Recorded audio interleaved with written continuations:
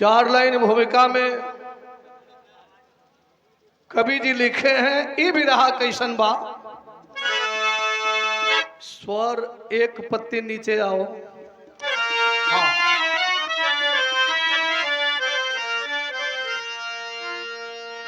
विक्रमादित्य राजा थे उज्जैन के,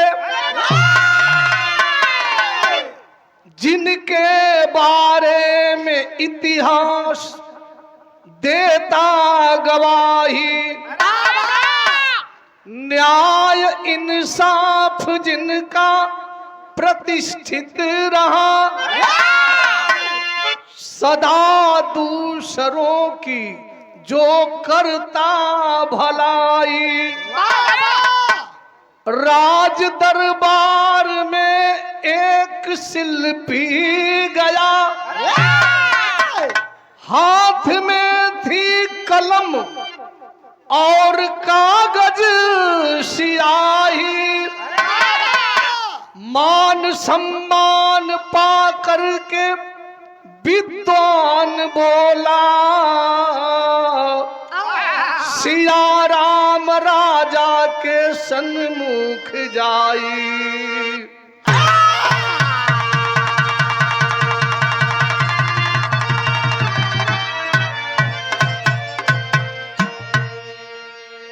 यह गीत के माध्यम से उज्जैन के वसुंधरा पर आपन थोड़ा ध्यान ले चलल जाए। राजा विक्रमादित्य जो कि न्याय करने के लिए एक पहचान रखते थे। राज दरबार लगा है विक्रमादित्य का। एक नौजवान अजीबो गरीब हालात में सियाही का पहलवा दवा तब तो कई रंग के दवा ले रहल, कई रंग के सियाही बा, वही के रसरी में बांध के माला बना के गले में पहिरले हो। हाथ में एक मुट्ठा कलम ले लेबा, एक हाथ में पन्ना ले ले, चार्ट वाला दरबार में हेल गयल। सब चरज भरी नजर से देखत हो, केहू गोसियात हो, केहू हंसत हो। विक्रमादित्य कहलन कि आगंतुक आपकी क्या हम सेवा करें। कलश की हम चित्रकार हैं, एगो चित्र बनवाला, हमें कुछ दे दा। कलश की बाबू चित्रकार उज्जैन में बड़ा हुआ, तुम्हें जमन चाहे तू मांगा हम दे दे। चित्र बनावे के बाद छोड़ दा। कहना उज्जैन में चित्रकार तो हुई है साहब, लेकिन हम तनी दूसरे तरह के हमारा ने चित्रकार उज्जैन में ना हुई। तो राजा कहलन कि तब तो तुहार पूजा होके के चाहिए। तनी से कटु बात कहलन कि सबसे अलग हुआ तो तुहार पूजा होगी चाहिए। बड़ी दूर की बात चित्रकार कह दिया। विरहा में एक लाइन हमारे गजल लगत हो।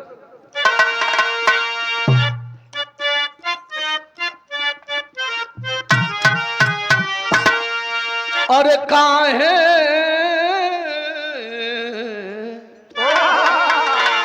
भला काहे दो दिल के बीच में दरार हो गइल।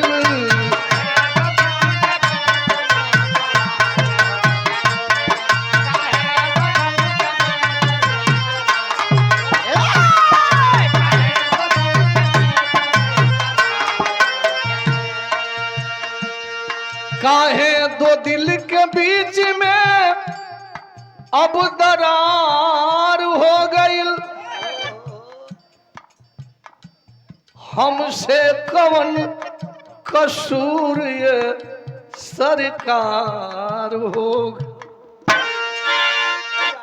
तरज कलाइन तई है बा। उ कलाकार राजा से कहलस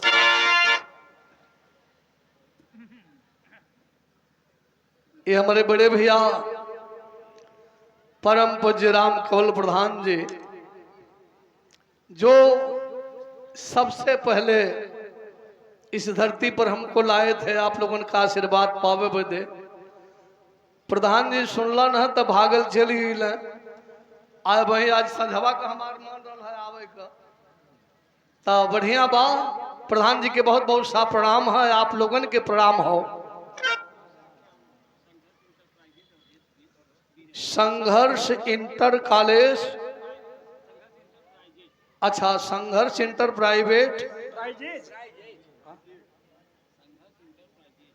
प्राइजेज, अरे बाप रे बाप, संघर्ष इंटरप्राइजेज अवधेश बिंद 250 को रह दे, ठीक रही। वैसे हमें कामन बोलते थे लेकिन 50 से मनी हालो। बहुत बहुत सा भैया के प्रणाम है, आप सबके प्रणाम बा। का कहना सुचित्रकार की मूर्ति की होती पूजा, आप महान हैं। कोई चित्रकार अगर चित्र बनाता है, कोई कलाकार अगर मूर्ति बनाता है, तो साहब बनाने वाले की पूजा दुनिया नहीं करती है, उसकी कीर्ति की पूजा करती है जो बनाता है। तो साहब क्षमा करेंगे, अरे मूर्ति की होती पूजा मूर्तिकार की नहीं।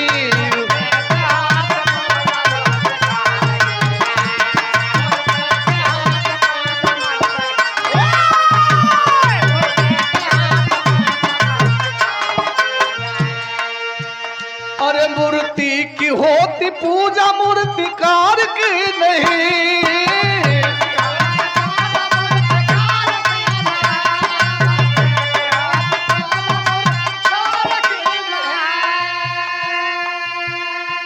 अरे मूर्ति की होती पूजा लेकिन मूर्तिकार की नहीं। अहम अलग काहे हैं जनबा, उसको भी बना दूंगा। चित्रकार जवन देखे न तवन बनावेल, जवन तस्वीर रही वो देख के नक्काशी काट दी है, लेकिन हम हैं, हम ओके बना दे, उसको भी बना दूंगा सरकार जो कहीं दूंगा सरकार जो कहीं।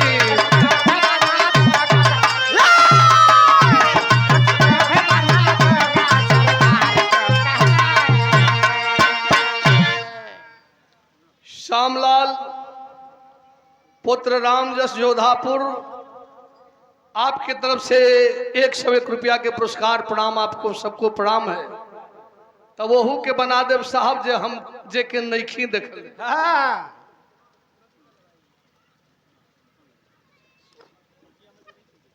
सदगुरु कृपा आभूषण भंडार, दानूपुर बाजार, मतेथु भदोही। और भाई साहब बहुत अच्छे कलाकार हैं, सरस्वती के वरद पुत्र हैं, आप हारमोनियम वादक हैं। हम प्रणाम करते हैं आपको, बहुत सारा रुपए से आपने सम्मानित किया। देखवा राजा सोचे लगल कि जवन चीज इ ना देखी ओह के बना दे, तो कैसे बना दे भाई। लाजमी बात बा कि जवन चीज देखबे न करी इ बनाई कैसे। कलश की साहब बना दे, यही से हम सबसे अलग है। तब बतावल गयल, नजम बजाओ यार। सुने हैं बैन राज, स्वर छोड़ा मत करो जितेंद्र। सुने हैं बैन चैन राजा कौन आया है। ये जौन चीज देखी ना तौन बनाई कैसे, दिमाग उलझ गयल, चला कदमी के बलौन के बलौन। सुने हैं बैन चैन राजा कौन आया है, खबर दे कालिदास को तुरंत बुलाया है।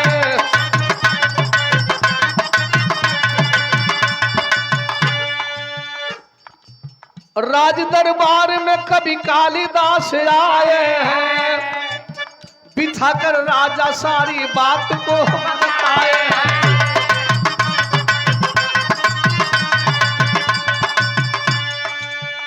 विक्रमादित्य राजा कहना तनिक कालिदास के बुलावा, लोग देखा कहाँ बाणन। कभी कालिदास जब आए, विक्रमादित्य कहना कि ये कभी देखब कहता जवन चीज जिंदगी में नहीं देखले आजो ना देखब के हम बना सकते। तो कालिदास कहना बनावत हुई तो कहता।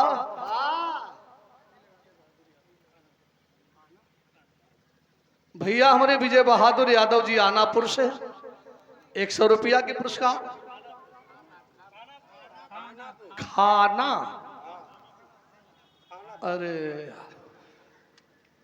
अच्छा माफ कर दिया लोगन, नौवे हर जगह जगह एरिया में ना होला, हमन के यहाँ आनापुर हो, पानापुर हो, दसौती हो जी, आनापुर है जा ना, तो भैया हमारे खानापुर को हो।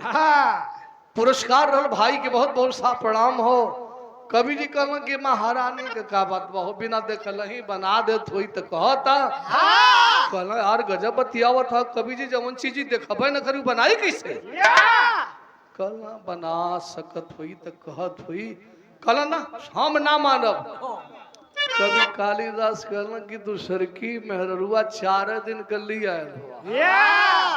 विक्रमादित्य की छोटी दुल्हन 4 दिन पहले की आई थी उज्जैन में, कल 4 दिन कर लिया लोहा जवन सेविका महल में है उहो बढ़िया से ओकर मुंह ना देखले हुई। ई तो आदमी हो का जने कहाँ कबा, तो जब बिना देखल ही अगर बनावे कहता तो कहा ना वही मेहरुआ के एगो तस्वीर बनाओ, डिट्टो हो गल। फिर और राय परामर्श से आदेश हुआ ज्ञान, राय परामर्श से आदेश हुआ बनाओ चित्र मेरी प्राण प्रिय रानी का।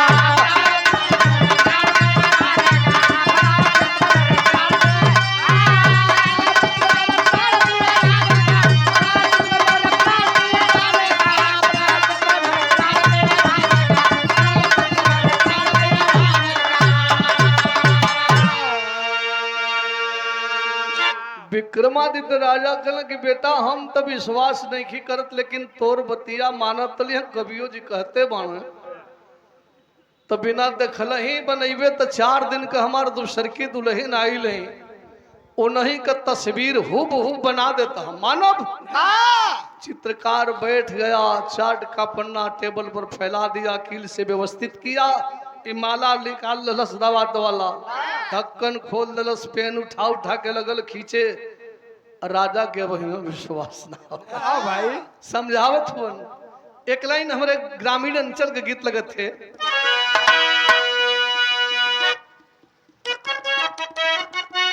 बस बस बेटा वो तने खाली सबही का सुनता ना नदिया मार लागली,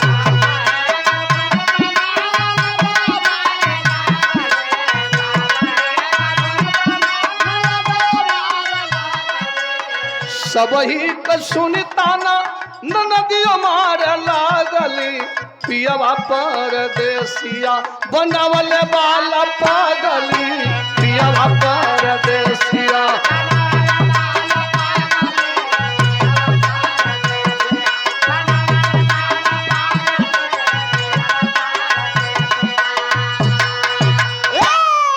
तब बोले राजा ज्ञानी, बोले राजा ज्ञानी लाज रखी है अपने बानी के, बोले राजा ज्ञानी,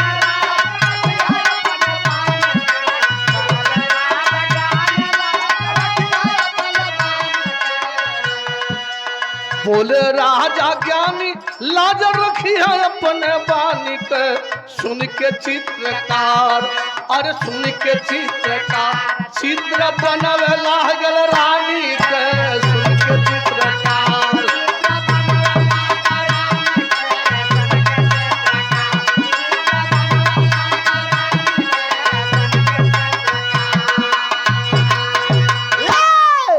बिन देखे दिया चित्र रानी के बनाई, आ देखल जब राजा जी अकील चकराई।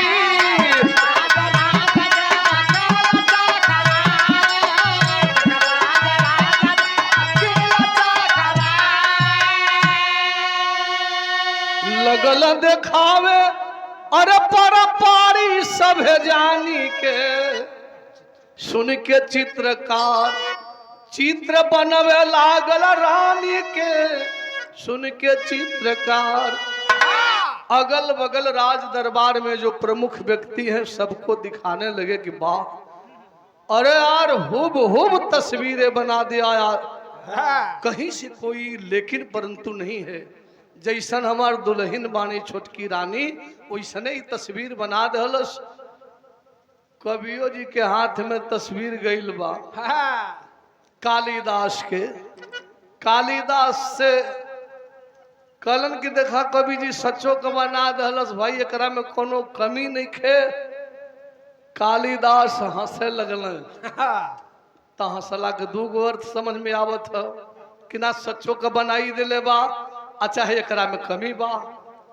धक दे करे जा कैलस वो चित्रकार के बड़ा मन मलिन हो गल। कभी काली एक पल सोचत सोचत कहलन का कहलन ये निर्गुण का तरज है मास्टर। स्वर बताओ खाली। अरे एक दिन भूली फुटनिया ना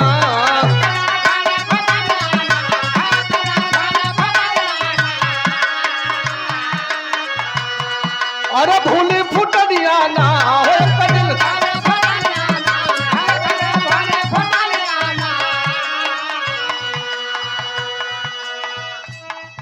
अरे ले बूठे गुनिया हो भूपुरनिया।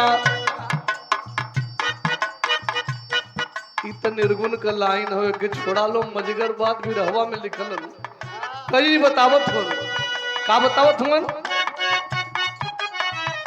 कि कभी बार बोले बचनिया ना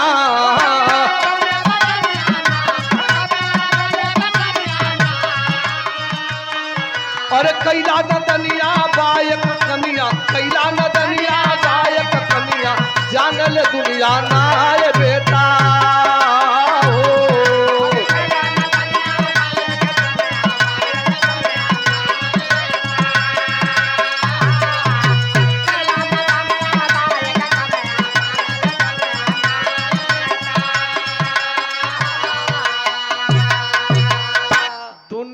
ना जानत है बेटा लेकिन कभी काली जान गई।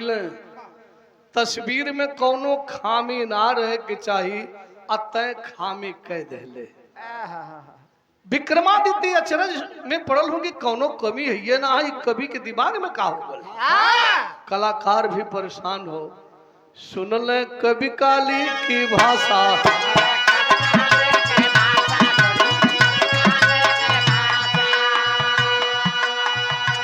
घायल हो गई अभिलाषा।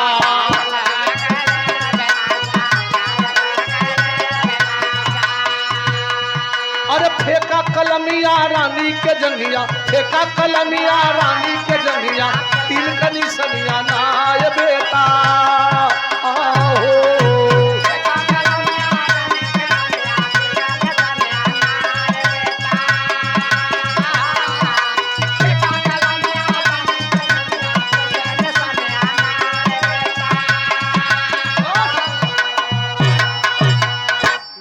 सुने वाला भैया अब बात बिगड़ गई। कभी जा कहला कि कभी बा हम जानत है दुनिया के लोग ना जानत हुए। वो कलमिया उठा के कवि जी के समहनावा उछाल दलस मेजवा पर रख के तस्वीरिया देखते रहलन। ओही तस्वीर के दहिनी जांग पर जाके पेन धस गई आ धस के पलट त गई ठीक लेकिन एक काला बिंदु बन गया जैसे जांघ पर तिल होला तिल नियर बन गया। ठट्ठा मार के कभी कालिदास हंसल कलम बा बेटा बा धन्यवाद है तेरी विद्वत्ता को भैया। कमी है ये तो मैं बताया लेकिन क्या कमी है इसको नहीं बताया था तू भांप लिया। एक तस्वीर में तिल नारल है आ रानी का तस्वीर तो ठीक ही बा लेकिन उनके दहिनी जांग पर तिल आ तिल त ना बनोल रहले। राजन पुरस्कार दीजिए बड़ा पुरस्कार मिलल चित्रकार के विदाई हो गल। बड़ा लोग तारीफ कई दिन भर उज्जैन में सब तारीफ करता। रात का बात है राजा सुतल हो उंघाई ना लगत बगल में रानी बोलत बतियावत सुत गईली, नींद में हो गईली, लेकिन राजा टुकुर टुकुर ताकत हुए। खाली एक बात सोचें, भैया हमारे राम जी आवन विश्वकर्मा जी जोधापुर से 100 रुपया के पुरस्कार आपके प्रणाम बा। विराज होने वाला बाबू लोग के प्रणाम हो। अच्छा तो टुकुर टुकुर ताकत हो ना सोचत हो, का सोचत हो बाबू?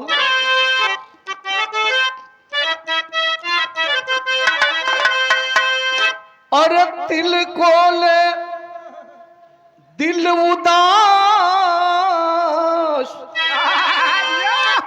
तिल को ले दिल उदास होई गवा, कैसे बात भलाई जान कालिदास। रहो दास रहो दास रहो।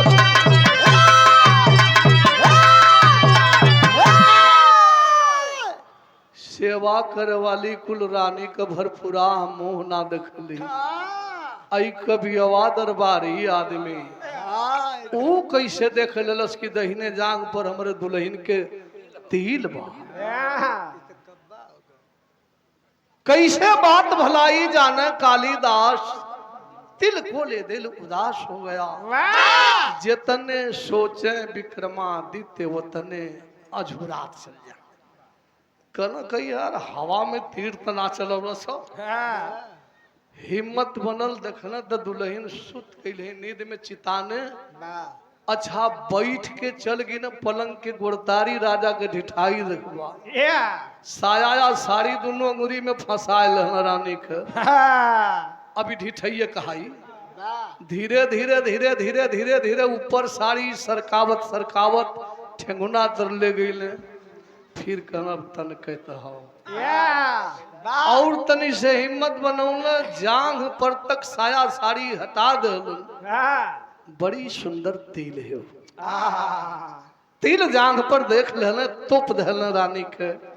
लेकिन अब मछरी नियर छटपटात का, अरे काठ कले जा हुआ भूप का,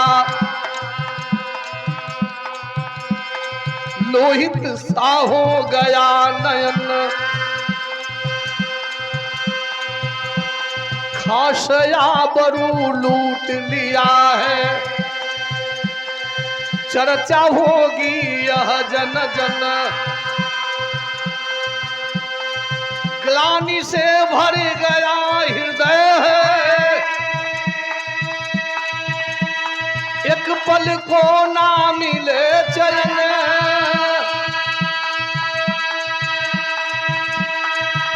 अरे घोर पाप कर तना कलंकी, मरवावे कर जतन मरवाव।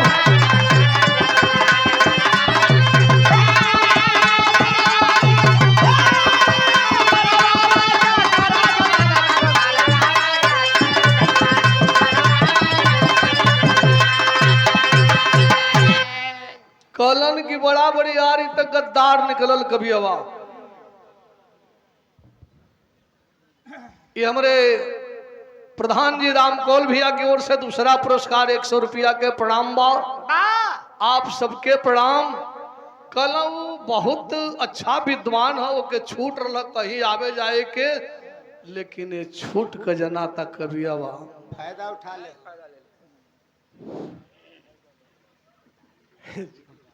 ना जाया जाए। अब है राज यादव, ये हमारे राम सजीवन भैया के शिष्य हुन और प्रधान जी के भतीज हुन। पुष्पहार और 100 रुपया के पुरस्कार बाबू के धन्यवाद बा। कार्य क्षेत्र में प्रगति रहे, पंच का आशीर्वाद मिले। अच्छा तो छूट हम दे दहली कि चला बढ़िया आदमी हुन, विद्वान हुन, आना जाना में कोनो रोक टोक ना रहे, लेकिन अवते जावती 4 दिन में धोखा कह दिलन। तो धोखेबाज आदमी के दुनिया में जिए का हक ना हो। अब देखा न्याय करता विक्रमादित्य के, सोच रहना गीत लगत है फिर निर्गुण वाली। हृदय में रहने वाले हमारे अजीज भाई हैं कैलाश यादव, कालीन के व्यवसायी हैं आप। जहां टोल टैक्स बावराई में और ये ना लाला नगर में, वही आपका कारोबार है, मकान है, परिवार है। आराम शीश अगर यह रोड का कोनो कार्यक्रम गावत हो तो एजा रुकीला। कालो भाई रुकल भैया के यहाँ कहना रुकता ना भी तो पजरम है बिहनमा चल जाए। हम कहना प्रधान जी झगड़ा करे लगे हैं, सारी व्यवस्था प्रधान जी के यहाँ हो। तो हमारे कैलाश भैया की ओर से ही पुरस्कार बा। प्रणाम है आपके सब भाई के, नमस्ते प्रणाम। देखबा गीत वह निर्गुण का लगत है जा और तनी बढ़ा दे बेटा। और खा गईलो लंगड़ायाम दाम कहिया ले देबू।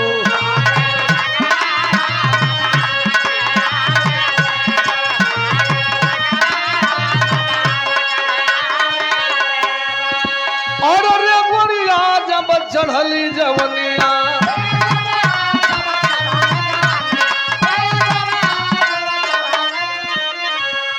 और लागल जो बनवा पघाम दाम कहिया ले देबू। अरे ये गोरिया अब अली बुढ़ौती झूल गयल दहिया का चाम दाम। तो निर्गुण हो राजा के दशा काबा कि भरी गईल मनवा खटास खास आपन ना कोई।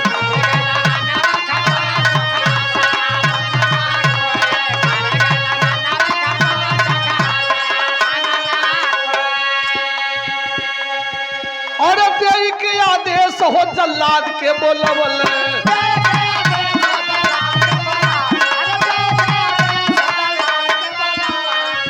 अरे आंखियों करे जा चाहिए इहे समझवल।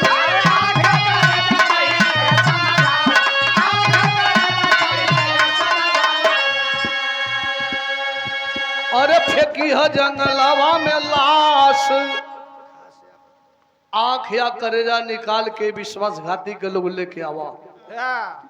तो भैया हमारे देवी चरण जी राम सजीवन भैया के भाई हों, 100 रुपया के पुरस्कार हो भाई के प्रणाम। और हमारे बाबू रामचंद्र यादव जोधापुर से 50 रुपया के पुरस्कार, बाबू के बहुत बहुत सा धन्यवाद। आप सबके प्रणाम बाकल की ले जा इनकर हत्या कैदा। कभी कालिदास का मुसुक चढ़ाई के बांध गए पीठी पर, बोलत कुछ ना हमें, आंख से आंख टपकते हो लेके चल देना जल्लाद। लिखल गयल का लिखल गल, रोवे कालिदास पर से अरे आंसुआ नवा हो कि बीचे बोलो।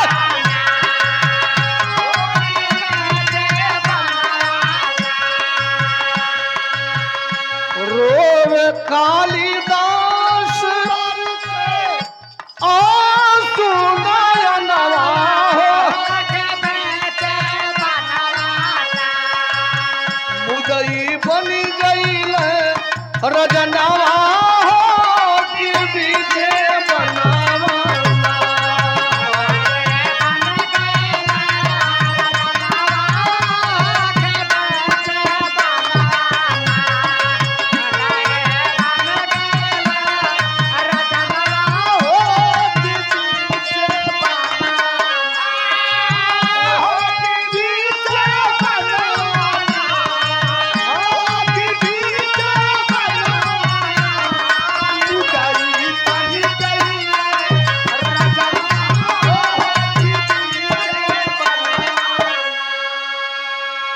सुंदर आशीर्वाद आया है।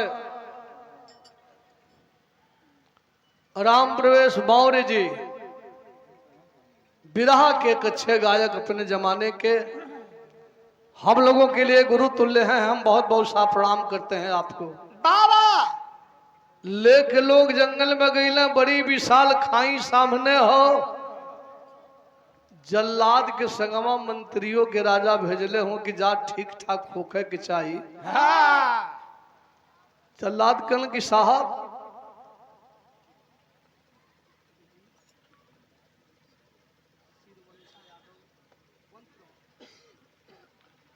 ये सादर 500 रुपये का पुरस्कार श्रीवंता यादव जी बलपुरवा से आपकी तरफ से पुरस्कार रहा। एक बार स्वागत में जरा ताली बजा दे आप। बहुत बहुत सब भाई के प्रणाम भाई, आप सबके प्रणाम हो। कलन जल्लाद की साहब बढ़िया खाई लगत है, यही में अखिया करजवा निकाल के फेंक दे जाए इनके। ठीक है तो रही, लेकिन एगो बात हम तुझसे बतियावल चाहते। कौन बात बतियावल चाहते कि कैसे के बुझावल जाए ज्ञान कह दिया नवा हो के बीचे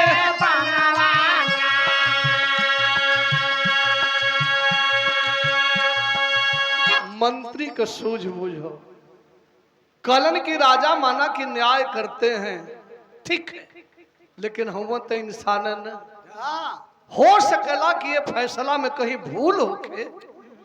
तो कवि कालिदास एक पीस विद्वान है इस वसुंधरा पे, एक पीस, दूसरा कोई विद्वान कालिदास ऐसा नहीं है। तो भैया इनके मुआवे से पहले कुछ सोचल जाए। ए बेटा चाय वाले, ए लड़के, आपन दुकानदारी तनी बंद करा लो, चला। अब ही बिरहियन के दुकानदारी होके दे बेटा रे। ए लड़का, साज जब बजे लगे तो बीच में आए के लोग बेचला। हाँ अब ही गावे दा बाबू, हाजा भाग जालो जल्दी में। कल साहब खिया करे जवा राजा साहब मंगले हो कालिदास के, कल गा घबड़ा ला मत पड्डे दने मृगा के वध लोग कैले। अब वही के करेजा आंख निकाल के कहना कि ला हम कह दे कि कालिदास के आंख है करेजा हो तो हम कह दिया। दोनों जने हिसाब किताब बैठा लेना, पहपट लग गल बिरा में।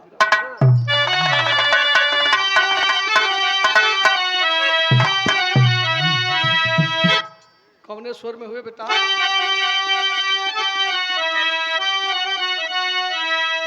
अरे कालिदास रहे मंत्री के भवनवा दुनिया जानना, राजमहल में घटली एक घटनवा दुनिया जानना।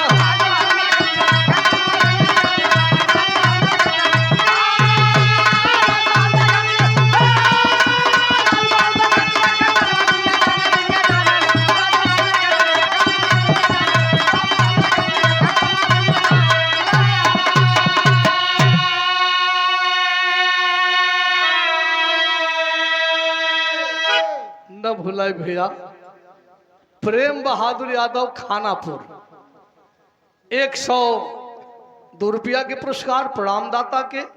आप सबके प्रणाम। कालिदास रहे मंत्री के भवनवा दुनिया जाने ना, अयहर राजमहल में घटली एक घटनवा दुनिया जाने ना। विक्रमादित्य के महल में एक घटना घटल। बड़की रानी के बेटवा किशोरा अवस्था में रहलन। अचानक भयल का, अरे एक दिन राजकुमार विपिन में शिकार खेले गई ल, साथ छूटा है साथ इनसे, वन में अन्हार हो गई ल।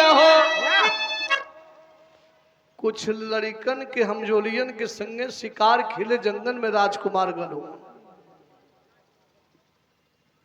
अन्हार हो गयल, संग जंगल में छूट गयल।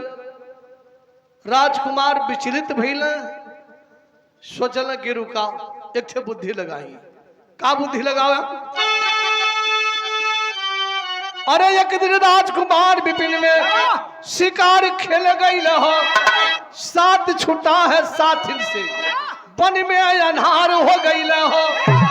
शेर निकल के आ गई ना, समहनवा दुनिया जानना। देखबा पेड़ पर चढ़ के चला बचाने, जनवा दुनिया जानना।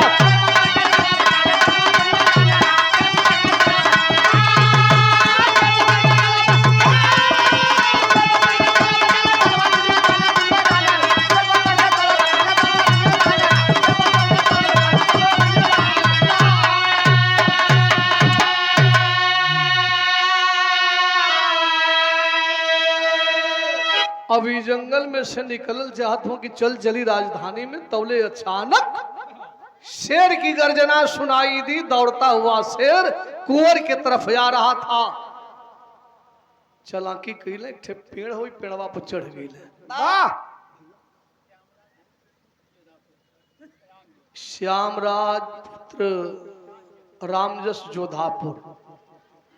51 रुपया के पुरस्कार भैया के प्रणाम हो। जल्दी जल्दी जल्दी जल्दी पेड़ पर चढ़ गए कि शेर पकड़े ना। नीचे देखा तो पेड़ दरा के घुरियात हो शेर।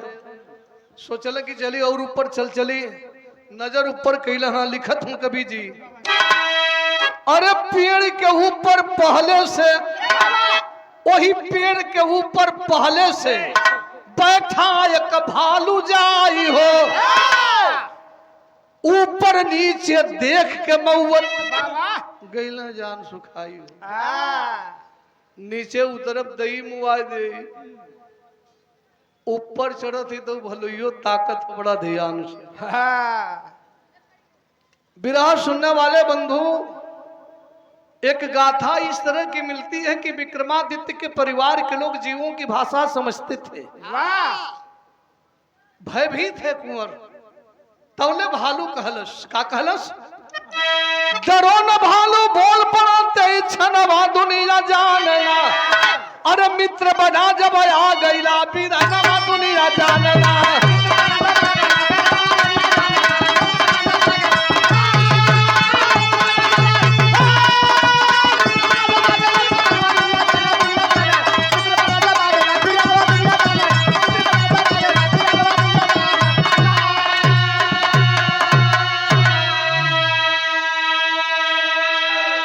भालू कहा कि भाई डरो मत, आओ आओ, हम मित्र की तरह इस विपदा को काट लेंगे। इस भाल से फलो भैया सीटी ना होके हो। इस शेर के ही डर से सारी रात मैं वृक्ष पर बिताता हूं। आज तू भी फंस गया। सादर 200 रुपए का पुरस्कार श्री राम यादव, हमारे बड़े भैया प्रधान संघ के अध्यक्ष जी, वर्तमान प्रधान जी। कई बार से आप लोगों ने इस जिम्मेवारी को दिया है और सफल पूर्वक हमारे भाई निर्वाह कर रहे हैं। बहुत बहुत सा प्रणाम आपको, सब भैया के प्रणाम। भावी प्रधान रमाशंकर विश्वकर्मा जी जोधापुर के 100 रुपया दिलन, भैया के प्रणाम हो। मालिक सपना साकार करत रही से बात हम बतावत थी। आवाज चली आवा तो हम शेरे से परेशान हुआ, हम वही से परेशान पेड़वा पर चढ़ रही। दोनों जने का विपत्ति कह मित्र बन के बिता लहल जाई। बल मिलल, राजकुमार धीरे धीरे गईलन, पास पहुंचल, इशारा बगल वाला डाल पर बैठा दिलस। समय बीतत है, शेर हिलत ना हो। रात यदि आइल, अचानक शेर कहा कि रे दुष्ट भालू, क्या कर रहा है? तू जानवर है, हम जानवर हैं। कुछ भी नहीं खाया हूं, मुझे भूख तड़पा रही है। वो लड़का सो रहा है, उसे नीचे गिरा दो और वादा करता हूं कि आज के बाद मैं तेरा पीछा नहीं करूंगा। भालू कहा कि चुप, जानवर है। अरे इस बात को सोचो कि मैं अपने पनाह में इस बच्चे को बैठाया हूं, भाई और मित्र कह करके, जो मेरी शरण में है, इसके साथ विश्वासघात नहीं कर सकता।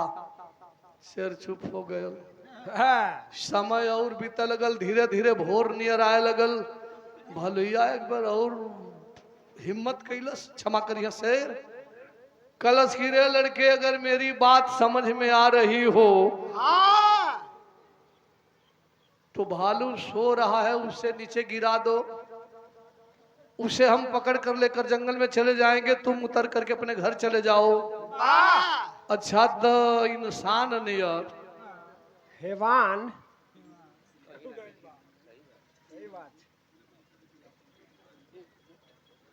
विनोद कुमार इंजीनियर लगल सोचे कि बड़ा मच्छर काटत हूं। कमावा आसान नहीं, देखा तनी अखिया मुदले बा। यह कमवा कैले जान बच्चे चला घरे चलल जाए। हाँ, राजा का बेटा ऊपर वाली डाल दोनों हाथ से पकड़ के जमन एड़ा खींच के भालू के हिक्का में मरलस। डाल पर से भालू फेंका गया। चलांकी किया था, गहुआ बनल रहल, डाल पर से गिरा तो ठीक लेकिन झूल गया, नीचे नहीं गया। बोला कुछ नहीं, पुनः डाल पर बैठा है, लड़का की ओर ताकत है, एक प्राण सुखात है। सुखा था। अब का करी, सवेर हो गयल, शेर चला गया, भालू उतरा है।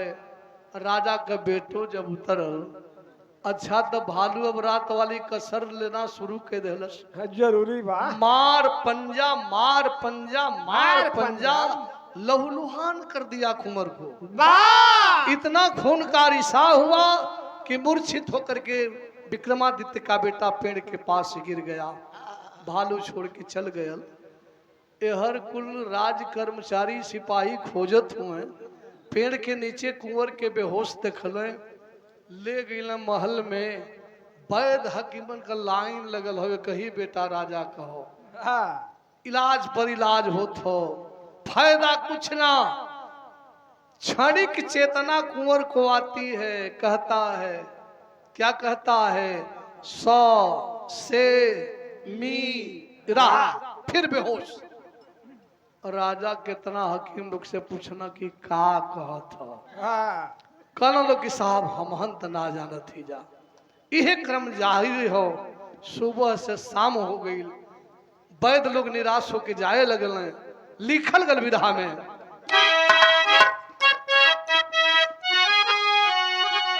कि अरे राजा ज्ञानी हो, वही बेटवा खातिर हो गई परेशान। राजा ज्ञानी हो,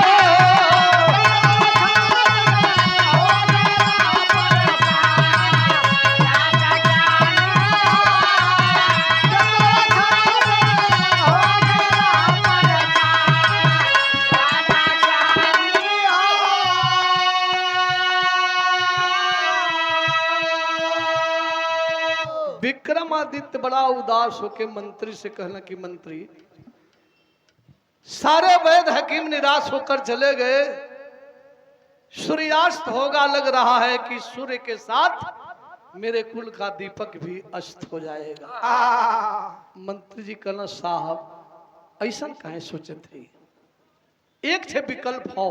कल क्या बतावत हो कि मंत्री बोले, राजा घर में बिटिया मोर सयानी।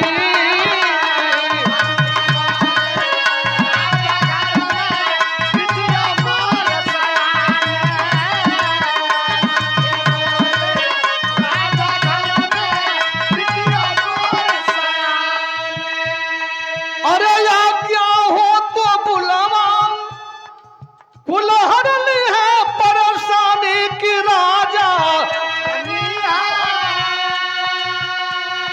और बिन देखले कुल कट जाई है व्यवधान। कहता द बिटिया के बलाइत, कल यार ठीक हो जाई लड़का। हाँ विश्वास बा। कल की अब तक हमारा आर्डर खोजता ला, हाँ, काहे नहीं बोलौला। अगर तुहार बेटी ठीक कह दई तो कल साहब सयान समर्थ बिटिया है, बड़ा हया रखे ले, घर से बाहर घूमल फिरल हो कि ठीक नहीं लगत।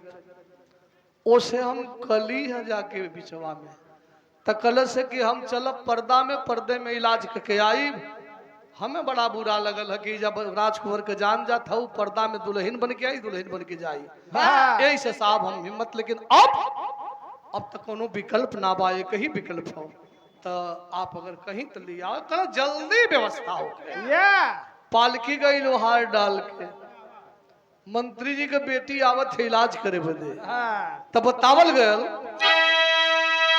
मंत्री साथे राजा बैठे पर्दा के इस पार।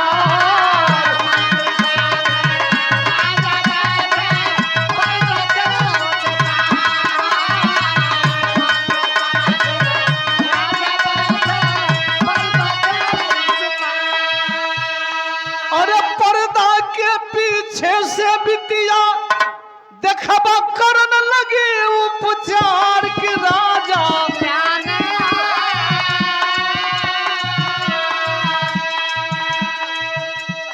पर्दवा के पिछवा पालकी रुकल, वही में से मंत्री के बेटी निकलल। मैं एक ठे गमला में लेप बना के ले गई बा, पर्दा के नीचे से सरका दलस। लेपन कराइए हुजूर। कुंवर का पूरी देह लेपन से लेप गई। कुछ देर में आंख खोल रहलन, होश मिल गयल, खड़ा हो गया लड़का। अरे खुशी का ठिकाना ना हो। तब बतावल गयल कि पर्दा के पीछे से बिटिया कर लगी उपचार की राजा। और बहू बनावे खातिर किए ऐलान, राजा ज्ञानी हो।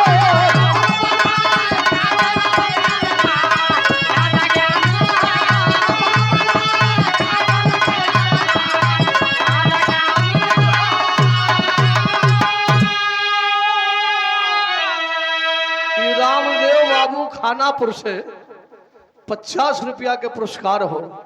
आपके प्रणाम, सब भैया के प्रणाम। लड़का ठीक हो गल। राजा कहना कि बस बस मंत्री। ये हमारे कवि और गायक अखाड़े के बड़ भाई राम सजीवन भैया की ओर से 100 रुपया के पुरस्कार। बहुत बहुत सा प्रणाम, आप सबके प्रणाम।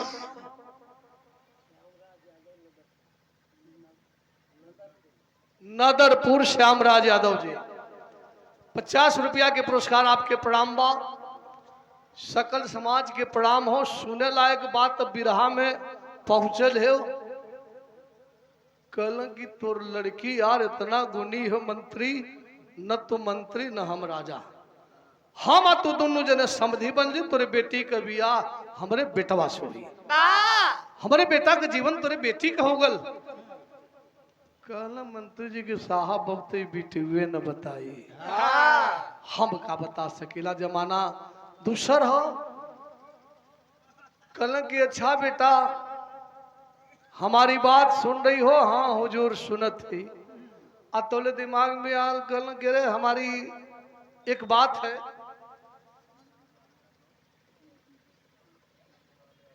नंदलाल यादव। तीसरा पुरस्कार रामकोल प्रधान जी आपकी ओर से बहुत बहुत सा प्रणाम आपके। तो अवचेतन अवस्था में 4 गो अक्षर का उच्चारण करतल है। स से मी रा। एकर मतलब तो कलश की साहब कुंवर साहब बता दी है। पूछना बेटा से तो बेटा कलश की हमके कुछ याद ना हो। कल बिटिया तू जानती है तो पर्दवा के पिछवा से कलश की हाँ हम तो कुल जनते बन। कल एकर मतलब का कलश की एकर मतलब तनी से माघी मरचा तीत सुन बया। राजा तनी से कन मनई ले। कल ठीक है बेटा बोलो बोलो क्या बात है। कलश की साहब जब मरे का किनारा आवेला आदमी जान जाला कि अब हमारा जीवन ना बची। तो अपने दिल की बात सोचता है। वही कुंवर सोच रहा था, कहने का प्रयास करता था, कह नहीं पाया। कल क्या कहना चाहता था? कलश की सौ से कहत लहा। का कहत लहा?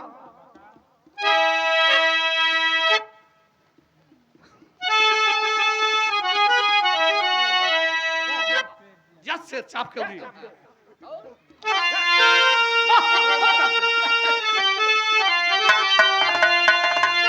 मेहरारू से झगड़ा के क्या हुए? कालिए का दिमाग तुम्हारा कहाँ है यार?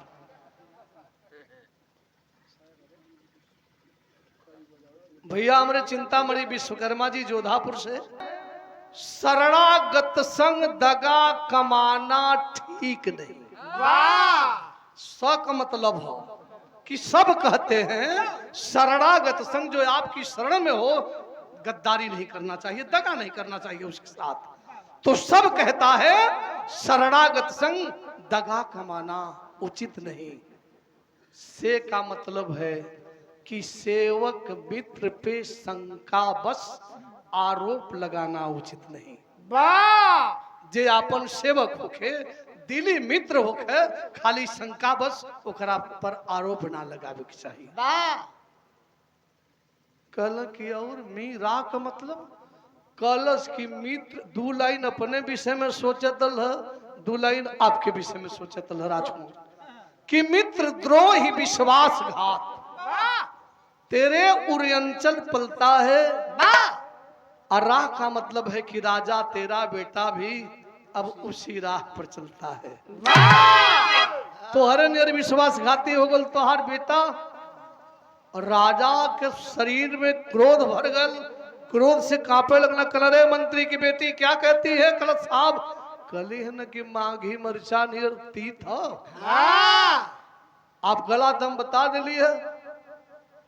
तोहरे शहुरवा तोहर बेटुआ सिखले है। रात भर भालू एक रक्षा कैलस पेड़ पर, शेर से जान बचौलस। शेर यहाँ तक कहलस कि तू जानवर हुए भालू, हम जानवर ही, लड़कवा के गिरा दे हम खा ले। भालू कहा कि हमारे शरण में है, मैं नहीं ऐसा कर सकता। आइए बतिया जब शेर आपके लड़कवा से कहलस दे, आपके लड़कवा नीचे फेंक दलस भालू के। वो तो झूल गल बेचारा, ना गिरल। लेकिन विश्वासघाती आप हैं, आपका बेटा भी विश्वासघाती है। ये भालू मार के तोहरे बेटा का दुर्दशा कैले हो। विक्रमादित्य बुद्धिमान थे, कल करे। तेरा बाप कहता है कि तू संकोची है, घर में ही रहती है। मेरा बेटा जंगल में था, तो कैसे जान गई? कैसे जान गई? कलश की साहब हम त्रिकालदर्शी है। जेकरे विषय में चिंतन करब तीनों काल का बात होकर जान ले। त्रिकालदर्शी विद्या के जानकार है। कल हाँ कल हम ही ना जे के मुआद हला वो त्रिकालदर्शी विद्या के जानकार हो। क्या कसूर था कालिदास का? तूने मौत में झोंका है। अरे प्राण का रक्षक भालू संग यह कुंवर किया भी धोखा है। त्रिकालदर्शी चित्रकार था, बिन देखे ही बना दिया। और त्रिकालदर्शी कवि काली थे, कमी तिल की बता दिया। चित्रकारो त्रिकालदर्शी रहल, बिना देखले चित्र यही तरह बना दहलस। अपने विद्या के बल पे रानी की शक्ल सूरत जान लिया, बना दिया। त्रिकालदर्शी जानकारी रखत रहलन कवि कालिदास। वो कमिए खोजना तिल बताए गए। वो बता देलन कि तस्वीर में तिल की कमी थी। और तू एम्मा अम्मा का बात सोचे लगला कि जांग पर का तिल कालिदास देख ललन, घात कैला। पानी पानी विक्रमादित्य आंख से झरझर झरझर आंस गिरत हो, रोवत हो। लिखल गया का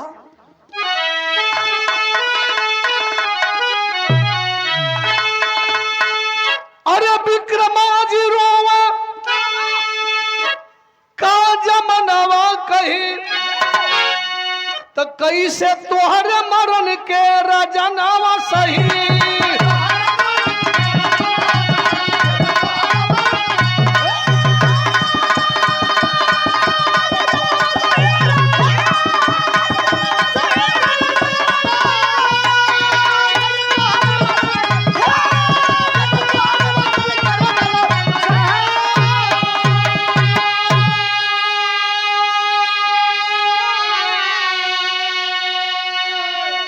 विक्रमादित्य रोवे का जमनवा कही आ कैसे तोहरे मरण के रजनवा सही।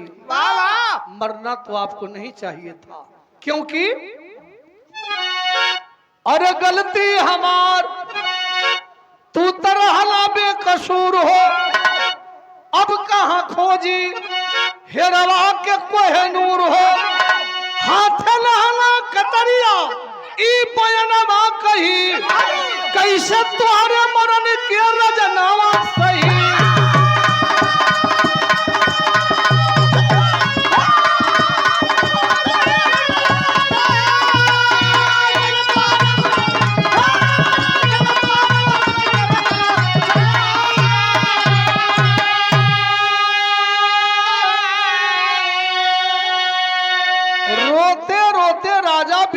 विक्रमादित्य खंजर तान लिए, उठा लिया हाथ में खंजर।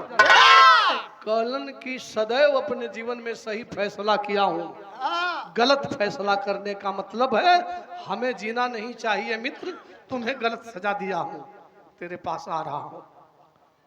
मूड़ी झुका लहलन, तान लहलन खंजर अपन गर्दन काटे बदे। लिखा तुम कभी जी, अरे विक्रमाजी काटन चले, अरे आपन गर्दनवा देखबा झरझर बरसे आंसू कालिदास वैसा भनावा।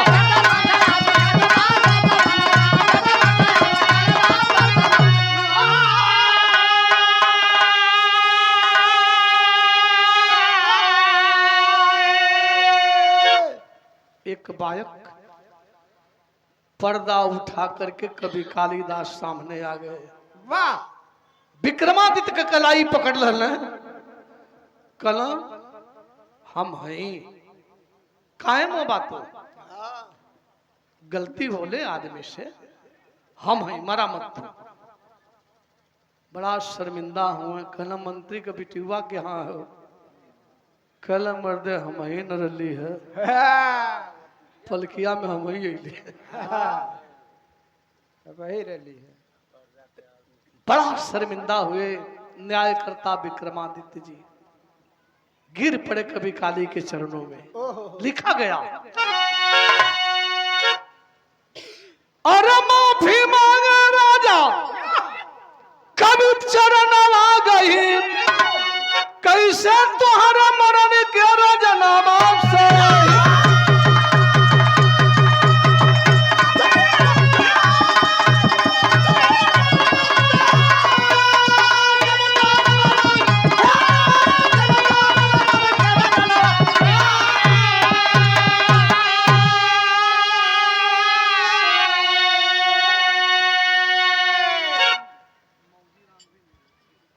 बिहारी गुरु रमन का फूले फूल गुलशन में,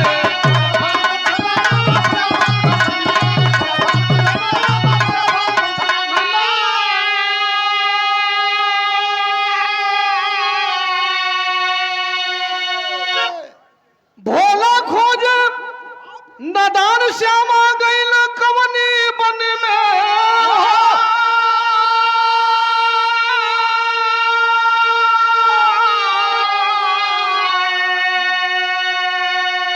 अरे दिल कोले दिल उदास हो गया, राम से सिया राम का नया